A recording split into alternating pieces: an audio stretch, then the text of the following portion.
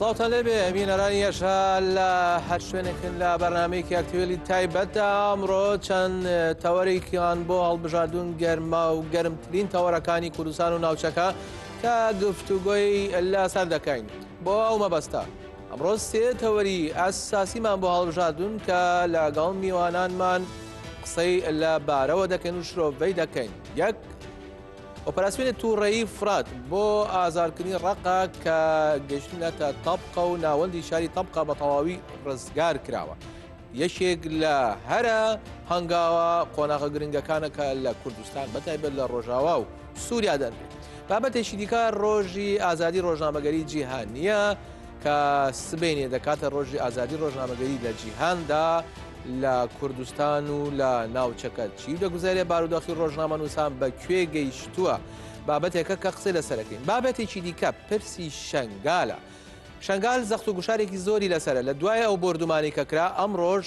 دیسان لەو ناوچەیە پێشمەرگەکانی پارتی دیموکراتی کوردستانی عێراق تەقیان لە خەڵک کردووە لە ناوچەی سونەی شەنگال بابەتێکە کە ئەمڕۆ لەگەڵ سەرۆکی پادێ قسەی لەبارەوە دەکەین لەگەڵ هەندێک بابەتی ترکە پێیوەستە بە شەنگالەوە. بەڵێ بینەرانی ێژە لە تەبقەوە دەست پێەکەین راپۆرتێکمان بۆ ئامادەکردون سەبارەت بە دوایین زانیاری و پێشڕەویەکان لە تەبقەوە بابەیەکەوە بیبینین دوایی لەگەڵ میوانەکانمانە گفتوگۆی لەسەرەکەین. لە سێ گەڕەکی دەوروبەری تەبقا شەڕێکی قورس بەڕێوە دەچێت و لەو گەڕەکانان نزیکەی 20 چەتەی داعش کوژراون و تانکێک و 2 ئۆتۆمبیلی بۆمڕێژکراویش کەوتنەتە دەستی شەڕڤانان. بە گوێرەی زانێرەکان لە هەر سێ گەڕەکی حەی ئەوەل، حەیسانی و حەیسالسی دەوروبەری شەڕی تەبقا شەڕێکی قورس بەڕێوە دەچێت. هەر بە گوێرەی و زانیێرانە لە چوارچێوەی و شەڕەدا تاوەکو ئێستا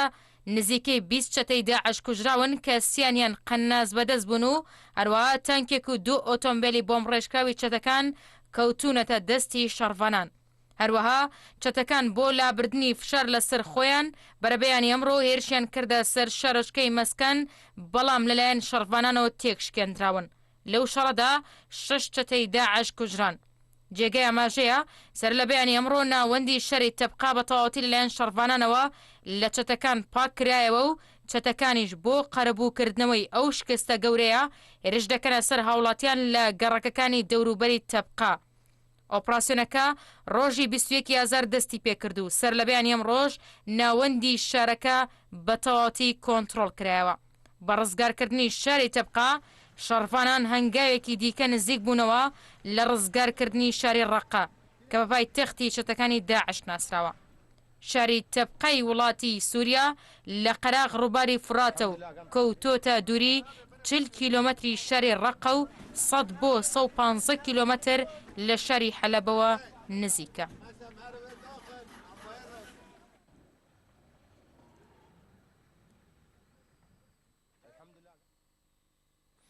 بینەرانی هێژە لە ڕێی سکایپەوە لەگەڵ شرۆڤەکاری سیاسی بەڕێز نیاز حامید لەبارەی پێشڕەویەکانی شەڕڤانان هێزەکانی سووریا دیموکراتی لە تەبقا و با بڵێین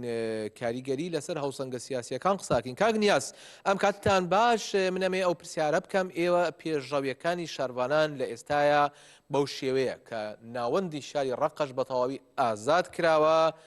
چۆن هەڵسەنگاندنێکی بۆ دەکەن فەرموون. بڵێ سەرەتا سڵاو ڕێزم بۆ ئێوە بۆ بینەرانی خۆشەویست هەیە. تەبقا شارێکی استراتیژی گرنگە لە ڕووی سەربازی و ئابووری و هەروەها سیاسیشەوە. بە حکمی ئەوەی تەبقا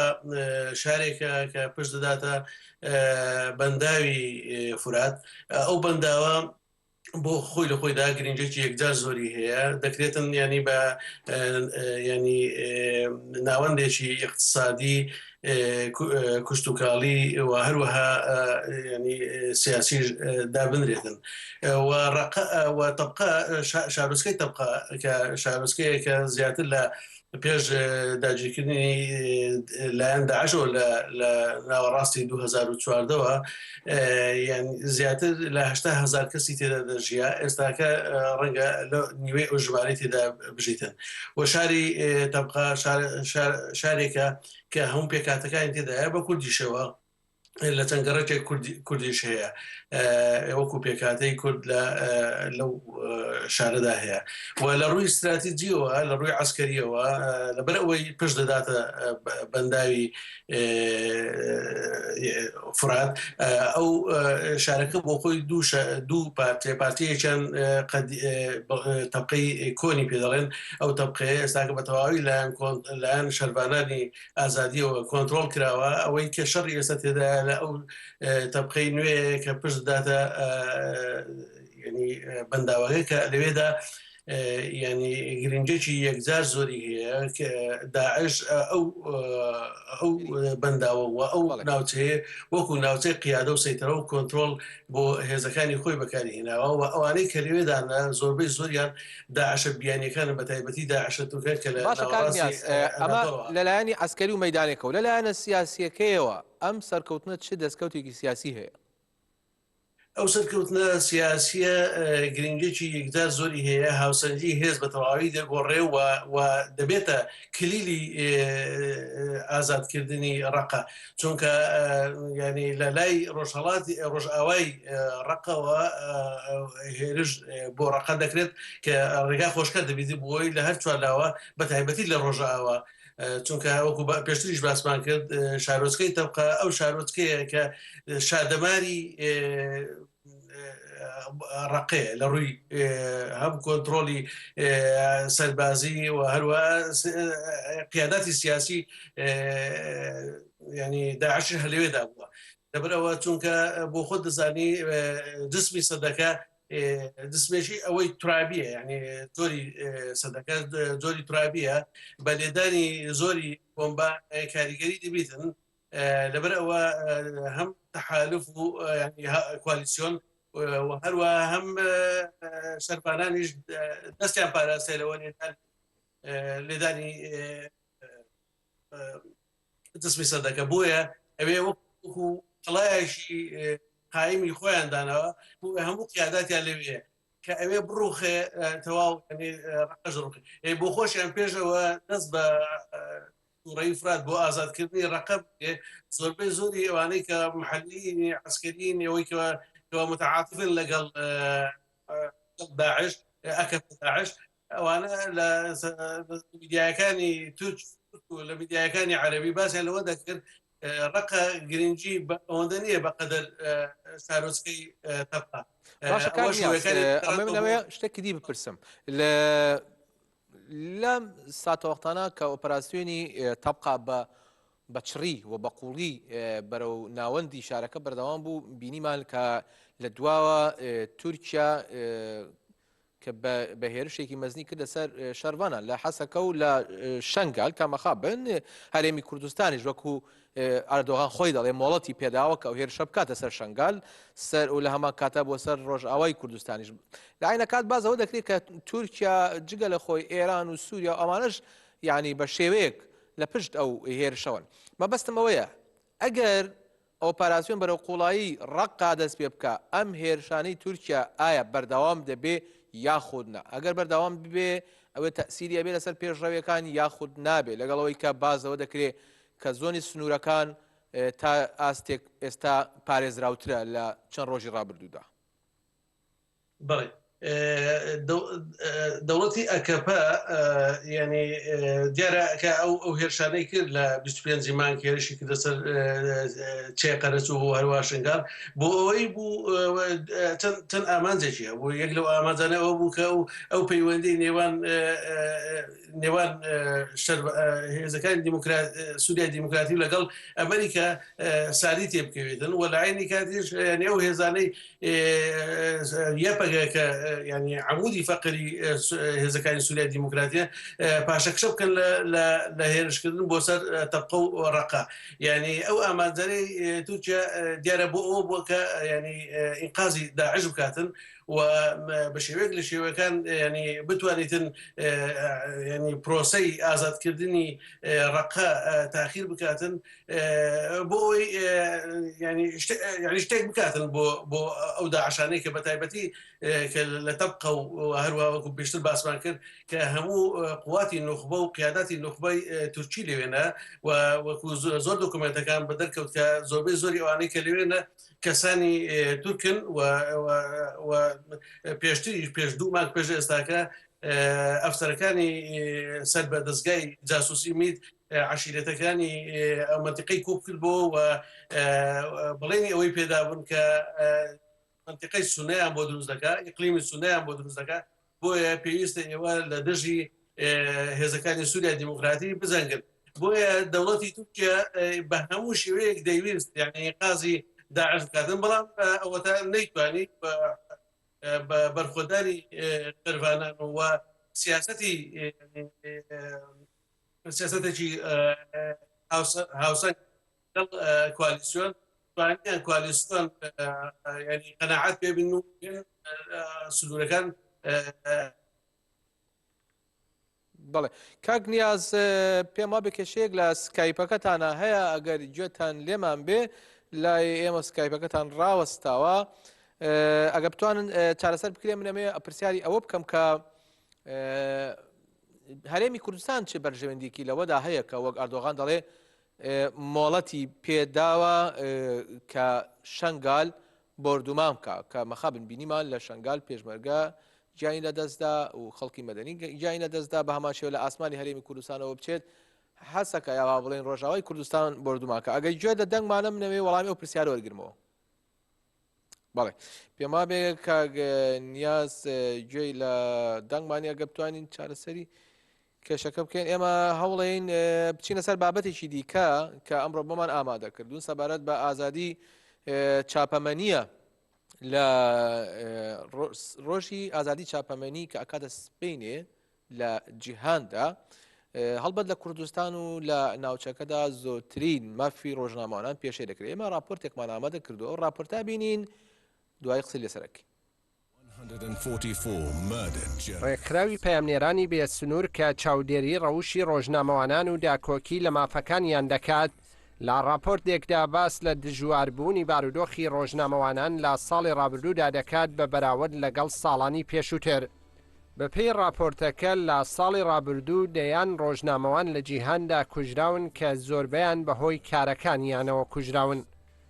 ئاشکرا بووە کە زۆربەی ئەو ڕۆژنامەوانانەی کوژراون لە عێراق و سووریادا بوون. هەر بە پێی راپۆرتەکانی ڕێکخراوی پەیامنێرانی بێسنوور لە کۆی 180 وڵات لە جیهاندا سووریا لە ڕیزبەندی یەکەم و ئێران 169مین و تورکیا و عێراق بە دوای ئەواندا وەک خراپترین وڵاتانی جیهانن بۆ ڕۆژنامەوانان. میدیا سربەخۆکانی باکووری کوردستان و تورکیا ڕادەگەیەنن کە هەڕەشەی زۆرترین سزا و زیندانیکردن لەسەر ڕۆژنامەوانان لە باکووری کوردستان و تورکیا لە ئارادەیە. تا ئێستا نزیکەی 150 ڕۆژنامەوان لە باکووری کوردستان و تورکیا لە زیندانەکاندان، هەروەها دەیان میدیا و چاپەمەنی و ماڵپەڕ داخراون و سەدان ماڵپەڕیش سانسۆر کراون. لە باشووری کوردستانیش بە پێی ئامارەکان لە ماوەی یەک ساڵی ڕابردوودا سەدان پێشێلکاری بەرامبەر بە ڕۆژنامەوانان و دەستگاکانی ڕاگەیاندن تۆمار کراوە. هەروەها 3 ڕۆژنامەوانیش ترۆر کراون. لە ڕۆژهەڵاتی کوردستانیش گوشار لەسەر ڕۆژنامەوانان و چاپەمەنی ئازاد لە بەرزترین ئاستایە. جیالەوەی مۆڵەت بە هیچ سندیکا و ڕێکخراوێکی ئازاد نادرێت کار بکەن، هەر جۆرە چالاکیەکیش لەو بوارەدا بە تۆمەتی سیخۆری و هاریکاری پارتەبەر هەڵستکارەکان ڕوبەڕووی سزای قورس دەبنەوە. تا بە ئەمڕۆ چەندین ڕۆژنامەوان و چالاکی بواری ڕاگەیاندن کە زۆربەیان کوردن لە ئێراندا لە زیندانەکان توندکراون.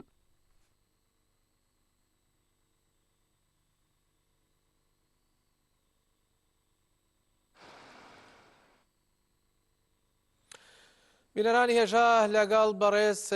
کاروان ئیبراهیم ڕۆژنامەنووس لە سلەیمانیەوە لەگەڵمانایە لە ستۆدیەکانمانەوە قسەی لەگەڵ ئاکەین لەبارەی بارودۆخی ڕۆژنامەوانان لە باشووری کوردستان. کاروانم کاتتان باش، منەمەوێ لەسەر بارودۆخی ڕۆژنامەوانی لە باشووری کوردستان لە ئێوە ببیستم. ئێستا لە چ ئاستێکدا ئێمە ڕۆژانە کۆمەڵێک پێشێلکاریە بیستین کۆمەڵێک نەعەدالەتیە بیستین لە بەرامبەر ڕۆژنامەوانان نەکرێ بەڵام ئێوە خۆتان وەک ڕۆژنامەوانێکی مەیدانی زیاتر ئاگادارن ئەمانە لە ئێوە ببیستین ئێستا دۆخەکە بەکوێ گەیشتووە.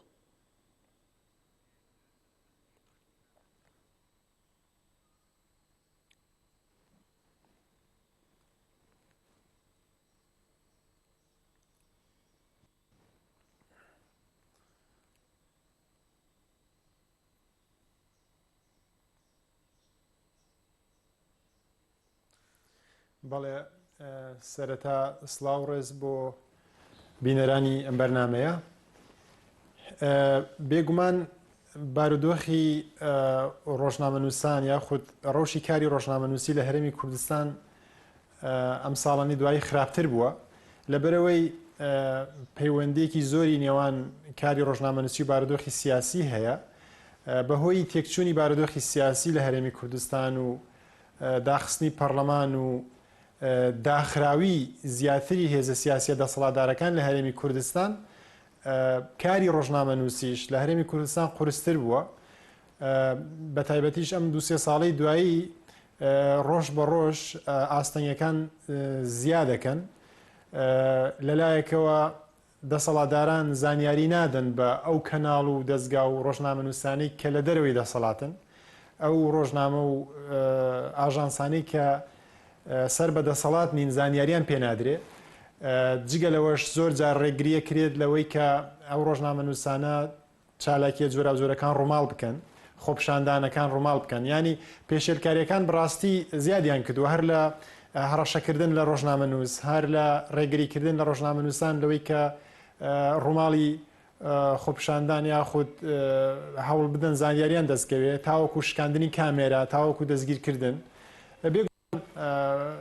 ینی هەرێمی کوردستان ساڵانێکە ناوچەیەکی زۆر مەترسیدارە. ئێوە باسی ئەو راپۆرتەتان کرد کە وڵاتانی ڕۆژڵاتی ناوەڕاست لە خراپترین ئەو وڵاتانن کە بارودۆخی ڕۆژنامەنووسی تیاندا خراپە عێراق و سووریا و تورکیا لە سەروی ئەو لیستەوەن کە مەترسیدارن بۆ ڕۆژنامەنووسان. هەرێمی کوردستانی ژۆک بەشێک لە عێراق بێگومان دابڕاو نییە لەو مەترسیە. لە ساڵانی ڕابردووە چەندین ڕۆژنامەنووس لە هەرێمی کوردستان تیرۆر کراون. ئەو تیرۆرکردنە بەردەوامیش ئەبێت ینی تاوەکو دەسەڵات بەو شێوەیە بیر بکاتەوە تاوەکو بەو شێوەیە تێگەشتیان بەرامبەر بە کاری ڕۆژنامەنووسی و بە ئازادی و ڕاگەیاندن هەبێ خراپترە بێ و بە تایبەتیش ئەم دوو ساڵی دوایی کە ناکۆکیە ناوخۆیەکانی هەرێمی کوردستان پەرەیان سندووە ناکۆکی نێوان هێزە سیاسیەکان زیاتر بوون پەرلەمانی هەرێمی کوردستان داخراوە لە زۆر شوێن ڕێگری لە دەستگا و کەناڵی ڕاگەیاندن نەکرێت بە تایبەتی لە سنووری هەولێر و دهۆکە زیاتر بەرەو داخراوبوو نەچێت ینی بارودۆخەکە خراپتر ئەبێ لەبەرەوە بڕاستی ناوچەیەکی ئارام نییە و ئاستەنگەکان زیادیان کردو بۆ بۆچوونی من زیاتری شەبێت تاوە کۆم بارودۆخە ئەوها بێ لەبەرەوەی ڕۆژنامەنووسان هەوڵ دەدەن کە گەندەڵیەکان کەم و کورتیە سیاسیەکان ئاستەنگەکانی دەسەڵات بگوازنەوە لەبەرەوە ئەوانیش ئەوانە قبول ناکەن پێدەچێت ینی بارودۆخەکە خراپتر ببێ بەداخەو کاروان من ئەمەوێت لەسەر بارودۆخی ڕۆژنامەوانان شتێک بپرسم کۆمەڵێک ڕۆژنامەوان تیرۆر کراون تا ئێستا ئێوەش ئاماژتان پێکرد هەم لە ڕابردوودا سەردەشت سبانە سۆرانە کاوەیە وەدادە دوای ئەوش زەینەدین بوو دۆسیەی ئەمانە بەکوێ گەیوە بۆچی دۆسیەی ئەمانە وەک ئەڵێن ناگاتە ئەنجام بکەرە ڕاستەقینەکان سزا نادرێن ئەم پرسیارە گرنگە لەلایەکی دیکە هەمان پرسیاری دووهەمیش بە یەکجار لە جەنابتان بکەم بۆچی بۆ نمونە ئەمە ماوەی چەند ڕۆژێکە لەسەر ئەوەی کە کەسێک گیراوە قوتوویەک شیری بردووە نازانم دایبیەکی بردووە ئەم هەموو ڕۆژنامەنووس و ئەم هەموو میدیاکار و چالاکە مەدەنیانە هەڵیان دروست کردووە بەڵام بۆ تیرۆرکردن ڕۆژنامەنووسێک بەو شێوەیان نەکرد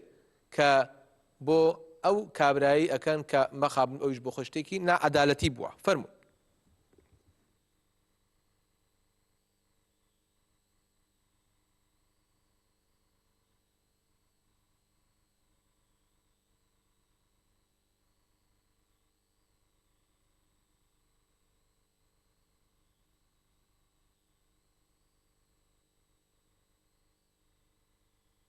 بێگومان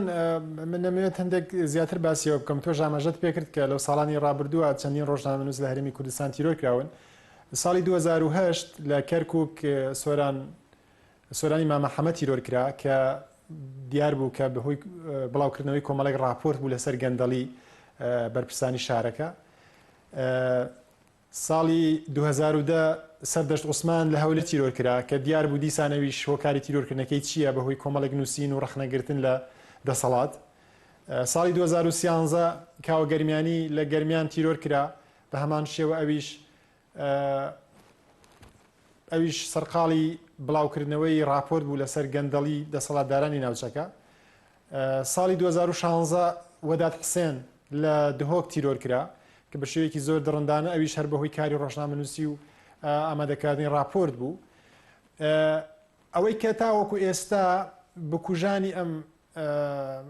ینی ڕوونەکە هۆکاری تیرۆرکردنی ئەم ڕۆژنامەنووسانە چی بووە؟ هەمویان هیچ کێشێکی شخصیان نەبووە، بنەماڵەکانیان کە سوکاریان ئەویان دووپات کردوێتەوە کە ئەمانە کۆمەڵی گەنج بوون، هیچ کێشەیەکی شخصی و هیچ ناکۆکی کۆمەڵایەتیان لەگەڵ هیچ کەسێکان نەبووە. تەنیا وەکو ڕۆژنامەنووسێک وەکو گەنجێک ئیشیان کردووە کاریان لەسەر بڵاوکردنەوەی و گەندەڵی و ناحەقی و نادادپەروەریانە کردووە کە لە هەرێمدا هەیە. بۆیە ڕوونەکە هۆکاری تیرۆرکردنەکەیان چییە؟ بێگومان لە هەرێمی کوردستانە دەسەڵات لەلایەن حزبەوە قۆڕخ کراوە. لە حاڵەتێکی واشە دادگا سەربەخۆ نییە، پەرلەمان دادەخرێت، ینی تاوەکو ئەم دەسەڵاتە بەو شێوەیە بێ بکوژانی ئەو ڕۆژنامەنووسانە نادۆزرێنەوە، پەردەپۆشەکرێن لەبەرەوەی دەسەڵات خۆی بەرژەوەندی لەوەدایە کە بکوژانی ئەو ڕۆژنامەنووسانە نەدۆزرێنەوە. لەلایەکی ترەوە ینی باسی ئەوەت کرد کە کەسێک بە تۆمەتی دزینی چەند قوتوویەک شیر کە بەهۆی هەژاریەوە بەهۆی ئەوەی کە مناڵەکەی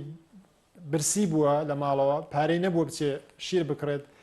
چووە چەند قوتوویەک شیری دزیوە، دوای ساڵێک مانەوەی لە زیندان چەند ڕۆژێک پێش ئێستا دادگا بڕیاریدا 11 ساڵ زیندانی بکرێ بەهۆی دزینی چەند قوتوویەک شیرەوە.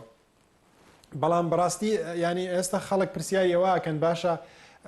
ئەو هاوڵاتیە بەهۆی هەژاریەوە کە موچەی پێویستی پێنادرێ کە کار نییە بێ ئیشێکی زۆر هەیە ئێستا لە هەرێمی کوردستانە، ینی ئەو بارودۆخەی کە هەیە نەکتەنیا خراپە بۆ ڕۆژنامەنووسان مەترسیدارە بۆ ڕۆژنامەنووسان بەڵکو بۆ تەواوی کۆمەلگا بارودۆخی خراپ هەیە. ینی ئەگەری هەیە ڕێژەی تاوان لە هەرێمی کوردستان زیاتر ببێت، ڕێژەی دزیکردن زیاتر ببێ، کۆچی گەنجان بۆ دەروی وڵات زیاتر ببێ، بێهیواوی و بێ ئومێدی بەرامبەر بە ئەو ڕۆژەی کە هەیە زیاتر ببێ. لەبەرەوە بەڵام خەڵک پرسیارەکەن کە ئایا بۆچی هاوڵاتیەک 11 ساڵ سزای زیندانی بەسەراسە پێندرێ لەسەر دزینی چەند قوتوویەک شیر، بەڵام بەرپرسانی ئەم هەرێمە دەسەڵاتدارانی ئەم هەرێمە بە سەدان هەزار بەرمیل نەوت ئەدزن کە کەس نازانێت داهاتەکەی چی لێ دێت چۆن ئەبرێت بۆ لێ پرسنەوە لەگەڵا ناکرێت. ینی خەڵک پرسیاری ئەوە لە دادگا ئاکەن لە یاساکەن لە وڵاتەیە ئەگەر یاسایە ینی با لەو کەسانە بپرسێتەوە کە قوتی ئەو خەڵکیان بڕیوە ئەو خەڵکیان ناچاری دزیکردن کردووە. بەڕێز کاروان ئیبراهیم ڕۆژنامەنووس لە شاری سلێمانی لەگەڵمان بووی، زۆر سپاس بۆ بەشداربوونتان، سپاس بۆ زانیاری و قسەکانتان. بینەران ێژان تەوەری دواییمان کە لەم بەرنامەی قسە لەسەرەکەی مەسەلەی شنگالە. دوای بردومانی شنگال ئەنجومەنی خۆبەڕێوەبەری خۆسەری شنگال بەرنامەیەکی دەرکرد بە توندی محکومی ئەو بردومانی کرد. هۆی چییە؟ شنگال بردومانە کرێت لە دەگەڵەوەی کاتێ داعش لەوێ بۆ تورکیا هیچ بردومانێکی نەکرد، هیچ دەنگی نەکرد، هەتا داعش دێبوو. بەڵام داعش نەماوە ئێستاڵێ من هێرشەکەم بەسەر شنگال و بردومان یەکەم. ئەگەر ئەو کاتەگەری لا لێو بوو بێ ئێستاش هەر لەوێ. پارتی دیموکراتی کوردستان بۆ ڕێگەی پێداوە، چونکە شنگالەکان ئەڵێن پارتی دیموکراتی کوردستان مشتەرەکە لەوەیە. لە عینە کادا پارتی ئازادی دیموکراتی ئێزدەکان پادێ مۆڵەتی ڕسمی لەلایەن عێراق وەکو پارتێکی سیاسی پێدراوە. ئایا لە داهاتووە پادێ دەتوانێت چی بکە؟ بەهەرحاڵ ئێمە راپۆرتێکمان بۆ ئامادەکردن سەبارەت بە لێدوانێکی ئەنجومەنی خۆبەڕێوەبەری شنگال باوە ببینن دوای قسەی لێک. ji bo raya giştî ev êrîşên tayarê Tirka roja 25 meha Nîsanê li ser gelê Şingalê û axa çay Şingalê û ser çay Qereçox axa Rojava ئەم وان ئێریشە دبینن هەدەفاوێ ئێریشە سەر ئێزیدخانێ بوو ئێریشە سەر نرخên mirovatiyê bû hedef û armanca wan jî êzidiya vala bikin ji çay şingalê derêxin malbatê wî tirsek û metirsekî mezin jê re derêxin aynî tirsa ku Daeş çêkirî dema Daeş jî êrişî ser dever û navçeyên Iraqê û êzidiya dikirin di milê dîda bi e'lameke irhab tirsek bi telefona ji millet re çêtkirin niha jî nefsa wê sîstemê bi milletê me re dimeşînin dema cihên Yebeşê û cihên sivîla û axa pîroz hata bombebarankirin ji aliyê diktatorê hikûmeta Tirka AKP û Erdogan ve û bi alîgiriya û rêdayîna hikûmeta Herêma Kurdistanê û li serî de Partiya Demokrat û serokê wê Mesûd Barzanî dîsa aynî wî sîstemî xwestin pêkbînin ku ew sîstemê sisê heyva 2014 ew metirsiya ji gelê me re çêkirîn û bi pîlanê Tirka û Siûdiya û Qatarê dîsa xwestin wî sînaryo bê pêkbînin bi tirsekê bi teyara feqet wî çaxî bi valakirina şingalê bû ji aliyê hêzên pêşmergeva ewên ku bi biryarekê ji be serokê hêzên pêşmergeva hatîne vekişandin vê teqê jî bi destûrdayîna balafirê Tirka bû werê axa pîroz axa êzîdxanê bombebaran bike û axa Qereçoxê û axa Rojava bombebaran bike wan însanê ku bi vî gelî ve hatin û heta niha vî gelî parêzin û piştevaniya vî gelî dikin ji ber ev ne cara yekê ye jî ku ev pîlanê Tirka û hikûmeta Herêma Başûr wek pedeke dixwazin vî serê milletê me de dubare bikin wek sisê adarê jî dema hêzeka murtezeqa çeteyên Daeş wek bi navê hêzên Rojava de anîne ser komelgeha Xanesorê ewa ku 2 saline aram bûye bi sedan malbat vegeriya bûn tê de jiyaneke aram berdewam dikirin her pêwîstî wanê jiyanî tê de hebû ew jî bi telîmat û hereketekî ji aliyê hikûmeta Herêma Kurdistanê ve û serî de pedekê û berzanî telîmat danê بەڵێ بینەرانی هێژا من ئەمەوێ دوایین زانیاری لە هەر لەبارەی شنگال و بۆتان خوێنەوە کە دوانی ئۆڕۆی ئەمڕۆ لەوێ چەکدارەکانی پارتی دیموکراتی کوردستانی عێراق تەقیان لە هاوڵاتیان کردووە. بە پێو زانیارانی لە بەردەستا هەیە چەکدارەکانی پارتی لە شارەدەی سنووری سەر بە شنگال ڕێگە نادەن هاوڵاتیان بچنە ناو شارەدەکە و دەستڕێژی گولیان لە ئۆتۆمبیلی هاوڵاتیان کردووە. ئەمڕۆ چەکدارانی سەر بە پارتی لە گوندی شەرفدینی شارەدەی سنوونێ سەر بە شنگال ڕێگریان لە هاوڵاتیان کردووە بچنە ناو سنوونیەوە. سەرچاوەیەک بە ڕۆژنیویسی وتووە چەکدارانی پارتی بۆ ئەوەی هاوڵاتیان بگەڕێننەوە دەستڕێژی گولیان لێکردوون. لەلایەکی دیکە قاسم شەشۆ کە بەرپرسێکی چەکدارەکانی پارتیە لە شنگال ڕایگەیاندبوو کە ڕێگە نادەن بە ئۆتۆمبیلەکانی هەپەگای یەبەشە بۆ ئەوی بچنە ئێزدیخانەوە. دوێنێش چەکدارەکانی سەر بە پارتی دەستڕێژی گولیان کردبوو لەسەر ئۆتۆمبیلی هاوڵاتیان کە لە نەخۆشخانەی سنوون بوون. ئاڵۆزیەکان بەپێ ئەو زانیاریانە هەیە تا ئێستا بەردەوامە. بینەرانی هێژا لەگەڵ بەڕێز قەحتان عەلی سەرۆکی پارتی ئازادی دیموکراتی ئێزدیەکان قساکەین. کاکەی قەحتان دەم باش ئەس سەرەتا دخوازم بپرسم چما دەمێکی وسادا پەدەکە یا ببورم بێژین تورکیا لە ئالیەک هێرشی باڵەفڕ دکا سەر شنگال لە ئالێکدن ئیرۆژی چەکدارێن پەدەکە دیسان لە سنوونی تەقەل لە هاوڵاتیان ئێزدی کردووە. نێتێوان چییە دەمێکی وسادا چما ئالۆزی دیسا لە شنگال و سنوونێ دەردخەن کەرەمکە والله هین ئەو پەدەکە وەکە دیتنامە وەکە نێڕینامە پەدەکە گرێدایی ترکایە یعنی ترکا ئەو چ بکە گرێدای وێنە لەبێ چوونە ئانێ جیروان بەرزانی ترکا دەما بالەفرێ ترکا لە شەنگالی داین دەسێ جهید مەداین والجهكي بيشمرقا جدا يعني مخابن يعني بدلا كو اردوغان افكاري تخو بشينا كو اردوغان ب اعتذار ببا بارتي ديمقراطي كردستان بيجا بشاشتي ما الجهكي وداما 14 انسان دوا 14 انسان پێشمەرگا قتل کردن مخابن جیوان بەرگانی باشووری کوردستانی بەری خۆدا ترکیا وی چوو لێبۆرین ئەردۆغان خواست یعنی مخابن اف هەمووش ضعیفتی تێ پێ وێرەژی پارتی دیموکراتی کوردستان پشتی چوونانە جیوان بەرزانی ترکا ئەو دخوازن ئێریشەکە بەری ئەم ژێرت بێژین ئەو بدنە سەر شنگالی سەر بان ئینسانێک و اشتسي هاش 2014 هتا روجا إيرو خو كومي سريع كرين البرخو سكرين شر داعش كرين شر داعش تيروريستا كو إنسان إزديا 5000 إنسان إزدي برين ملت إزدي عادية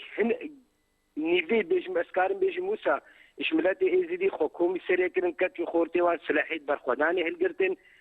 سلاحيت خو هالقرتن البرخودان الجاي شنغالي نهيلان إيريشن داعش بكبنا أسرع جاي شنغالي برخودانا خو بشهيدة خو إيرو أمد بينن السنون يجي إيرو أسايشة قدبي في شكا بردنا السفينة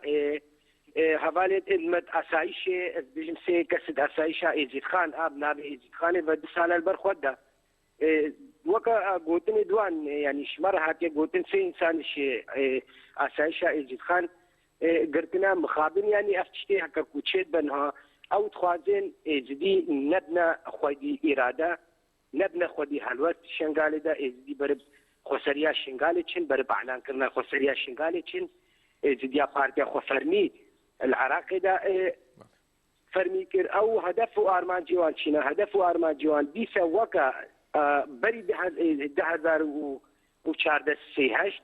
وكا 2003 ديسا هيمنا خو سلطا خو بابي سر شنغالي بس هلوستا شنغالي چيا هلوستا كچو خوتي شنغالي اد برخودير قول برخودان چيا اد بيجين ام كسش مجنانينا ام البرخو بدين دولتا تركيا ريشما بكا قدفا ريشما بكا كي ريشما بكا بلا ريشما بكا يريش يكونها دنا سر از خوازم شتێکی دن بپرسم زحمتن امير برخو بد بارس قحطان هون داخویانێکەوە هەیە ji بۆ ئاژانسان ئاخفینەک و پارتیەوە پادێ پارتیە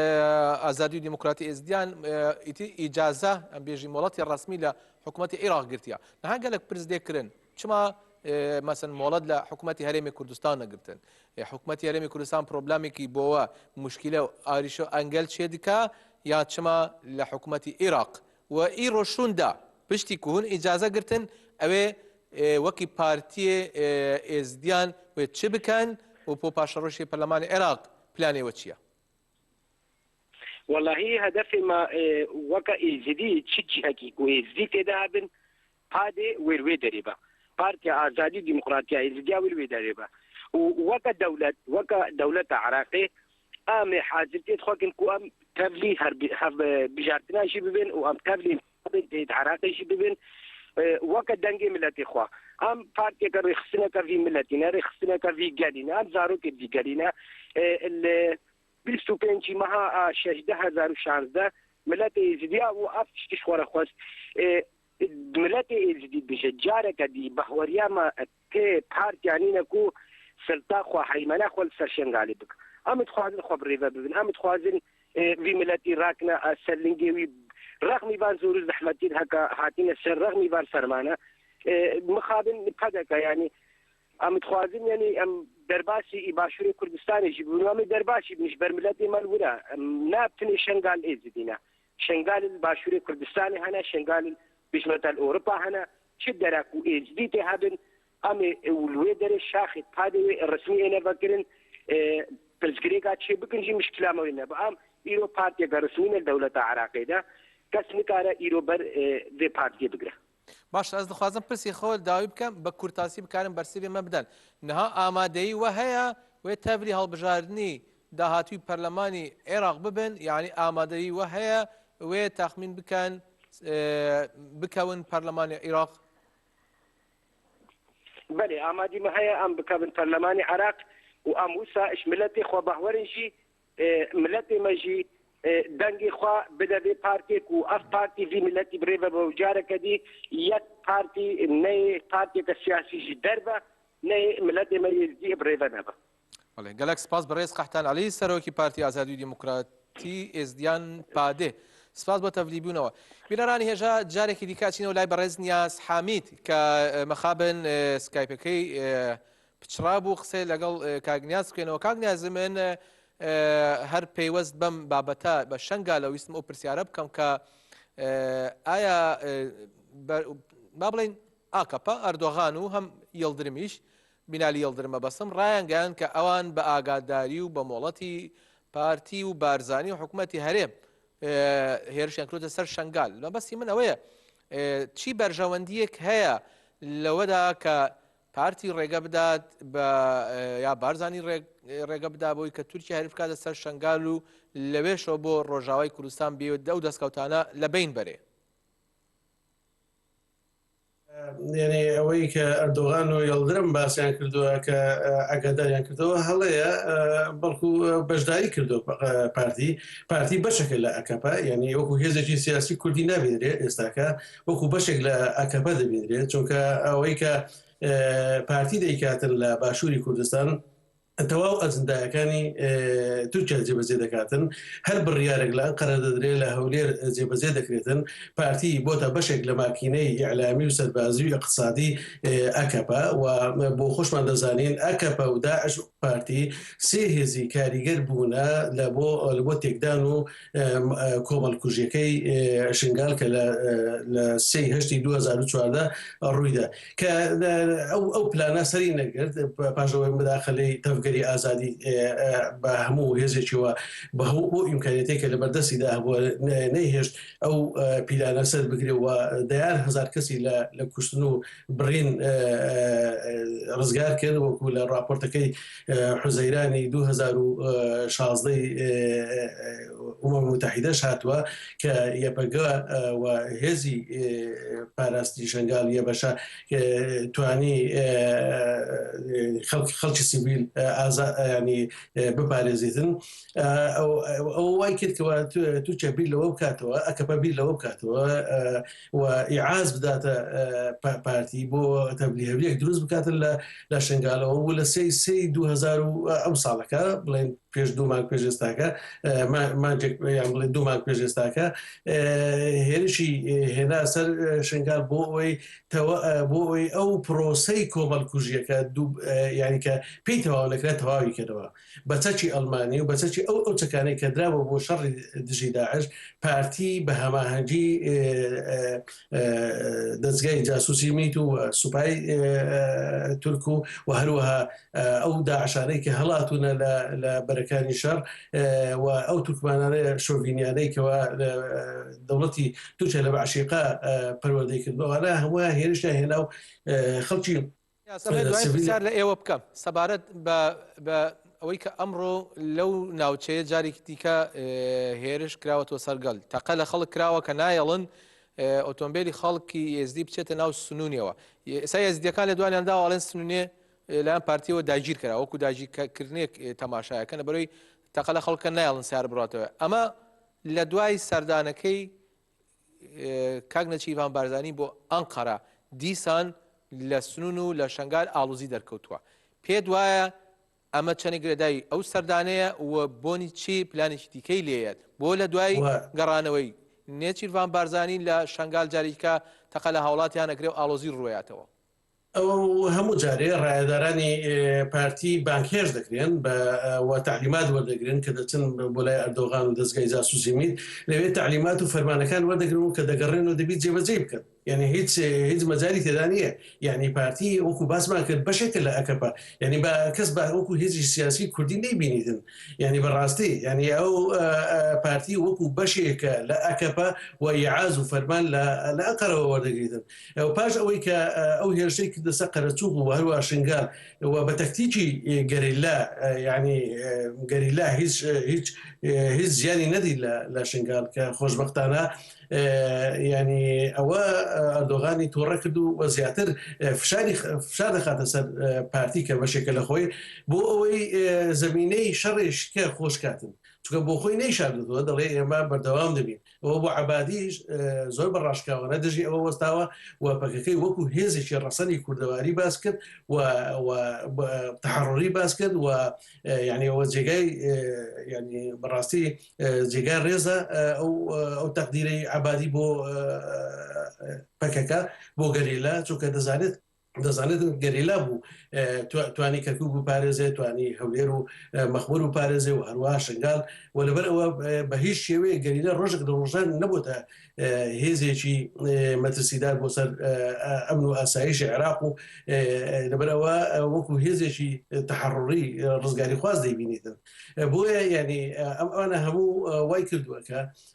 ینی ئەردۆغان لە ڕێگای پارتیەوە بێ زمینەی شەڕێک خۆش بکاتن کە ئەو شەڕە ینی بۆ خۆشی نازانی ینی ئایندەی چۆن دەبێت دەرەنجامەکەی چی دەبێت کە بە دڵنیاییەوە ئێمە دەتوانین لێرە بڵێن چۆن پیلانەکان کە هەموو شکستی هێنا ئەوەش شکست دەهێنێتن و پارتی تەمانەوە ئەجندای تورکیا ڕێگا ناداتن سنوونێ و هەتا ناو شاری شنگال ئاوادان بکرێتەوە و هەمیشە ڕێگرە هەتا ئەو ڕێکخراوانەی سەر بە UN کە سەردانی شنگالیان کرد 2000 پاشان بە عازی پارتی ڕێگای لێگیراوە بۆ ئەوەی ئاوادانکردنەوەی شنگال بکرێتن کە ئەمە سیاسەتێکە بەڕاستی دەچێتە چوارچێوەی سیاسەتی ینی تەطهیری عەرقی ینی پاکتاوی ڕێگەزی. زۆر سپاس بەڕێز نیاز حامی شرۆڤەکاری سیاسی سپاس بۆ بەشداربوونیەوە. سپاس بۆ ئێوەش. سپاس. بەڵێ بینەرانی هێژا ئەوەی ئەمڕۆ بینیتان و بیستان سێ بابەتی سەرەکی سەبارەت بە بارودۆخی کوردستان بوو پرسی ئۆپەراسیۆنی تەبقا و یا ڕەقا و ئازادی چاپەمەنی لە کوردستان بە بۆنەی ڕۆژی ئازادی ڕۆژنامەگەری جیهانی و هەروەها پرسی شەنگال گفتوگۆمان لەسەر کرد. سپاس بۆ ئێوە کە تا دوایی بەرنامە لەگەڵمانە بوون لە شاد و خۆشی دابن.